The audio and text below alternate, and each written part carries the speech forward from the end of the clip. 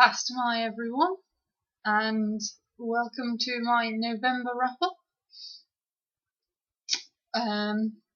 It's a reasonably long one compared to, say, October, but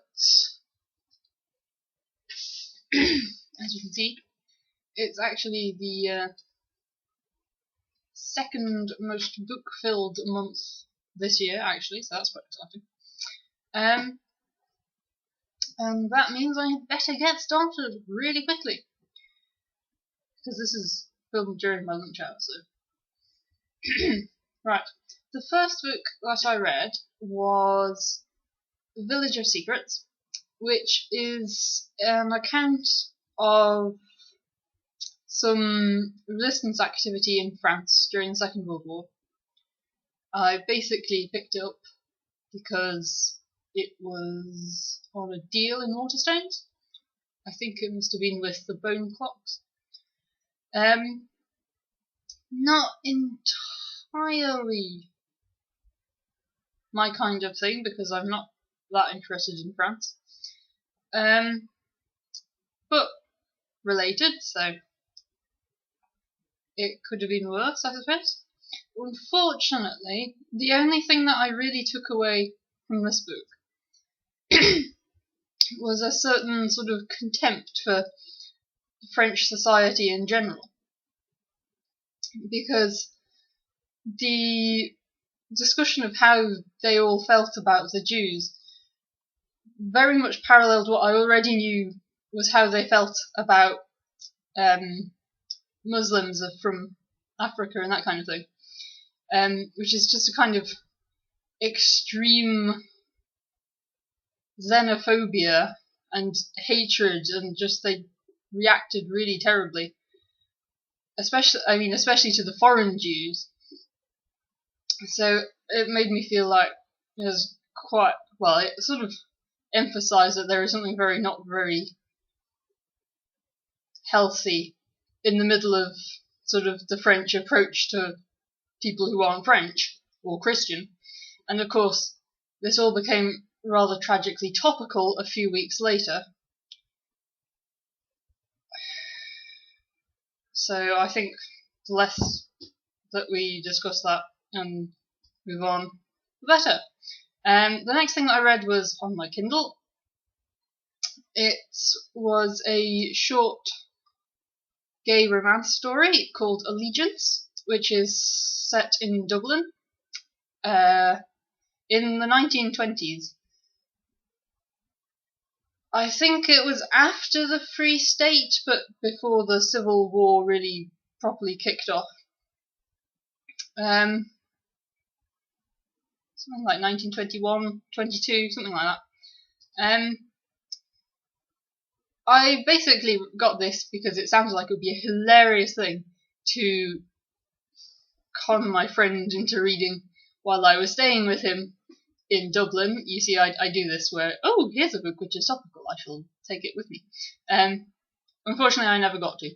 The story itself was quite good, although, I don't know, this isn't 100% my area of expertise in Irish history, but I felt like maybe some of the attitudes didn't quite add up. But if you want cute romance stories, yeah. And it was free, so. After that, I read a book which Lucy has been hassling me about for, it feels like years. I'm sure it's not actually been quite that long. Sarafina. It is pretty good, actually. I enjoyed the way that it's a sort of a young adult fantasy without being a utterly terribly stereotypical one. The only major quibble that I had with it was, I rant about it a bit in my Goodreads review, which seems misleading given that the book is good and I gave it 4 stars, and then the review is just this long rant. It's quite funny. No, the book is better than you might anticipate from my review, but yeah. I didn't think that the arranged marriage in this made any sense whatsoever.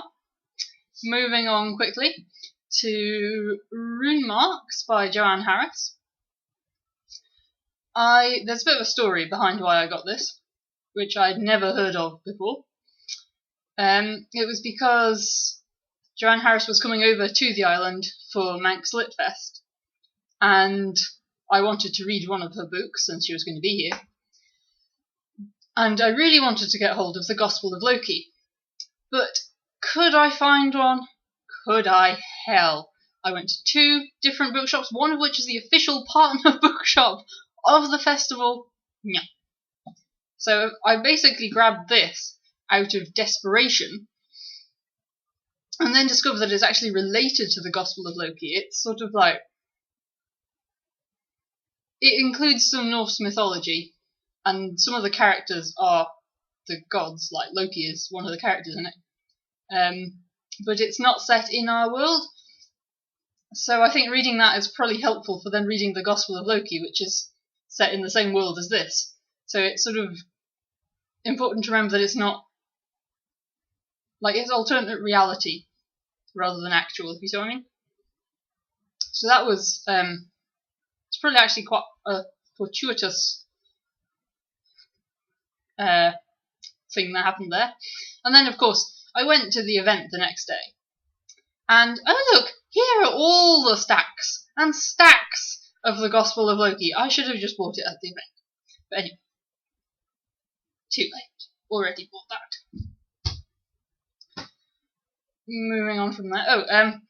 I got a bit annoyed though, because one of the good things about this is, I don't know if you can see, going to the tissue paper across the screen, but there's these cats in the cover design. There's no cats in the book, so don't buy it for the cat. Moving on from that, we've got the first in the massive long series of trilogies by Robin Hobb, Assassin's Apprentice, in a particularly shiny, calligraphic, beautiful version. A lot of people that I know have told me to read this. My friend Ruth, my friend Kit, some of my other friends in Wales. I think Lucy said as well, because she's also reading this. Yeah, it's pretty good. Not really sure what to say. It's a good introduction to the world. I will be interested to see where it goes next. And also pretty calligraphy. And then in a complete change, I read Gorga The City and the Pillar, which is like one of the major American gay novels. I had some thoughts on this, which are probably going to go into another video. But yeah, I quite liked it. I like the sort of melancholy tone throughout the whole thing. I don't know. Pretty good. Might have more to say about that in another video. And then we had yet another amazing wild genre change with Howls Moving Castle by Diana Wynne Jones. I had actually seen the anime, but so many years ago, like 5 years ago, so I had no memory of what actually happened, or how it was resolved, and then it turns out that they're actually quite different anyway. So it was a bit like reading it without any knowledge, in some ways. Yeah, I liked it. I actually gave it 5 stars and immediately wanted to start reading it again, but I resisted the urge so far. But yeah, I did like that. And it's very exciting colours. It stands out a lot on my shelf. Like the purple wouldn't stand out so much, but the green, very few books are this sort of green colour, and then the other ones that it's with are all kind of reds and browns, so it really... so I like that.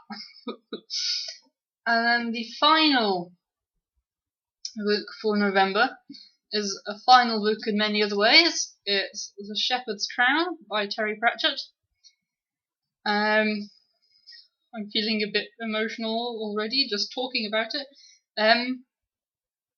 It's the last Pratchett novel. It's obviously going to be the last Discworld novel. It's the last Tiffany Aching novel in particular. The sad really sort of starts quite early on, about this many pages in, and yeah, it's quite a sad novel in itself, even without the additional context. Yeah, I did like it. I don't know. I mean, Tiffany is not my favourite character, so I was reading a lot of this and thinking, some of these things that are showing up I have no memory of, because her books are the only ones that I don't really reread. So that was a bit sad. But I suppose that just means that I will have to reread the rest of the Tiffany books. Yeah, I suppose it is quite a good farewell to Discworld. Although I heard someone say that, oh yes, all your favourite characters show up in it, so you get to say goodbye to all of them. No, they don't. No, they don't. The Watch are my favourite characters, and the Watch are not in this at all. So I suppose it depends. If you like the Witchers, if you like the Wizards, yes. But if you like any of the other sort of random people, not so much.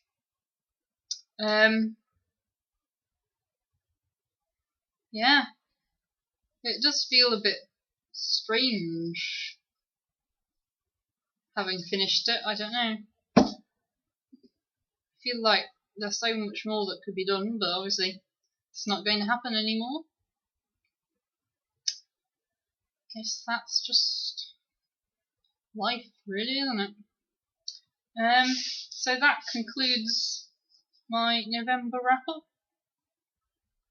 I've already got, well, I've not actually finished it, but I've got quite a long way through another book for December already, because I started it about a week ago. Yeah. So let me know if you have any comments on these books that we have shown here, and otherwise I'll see you next time.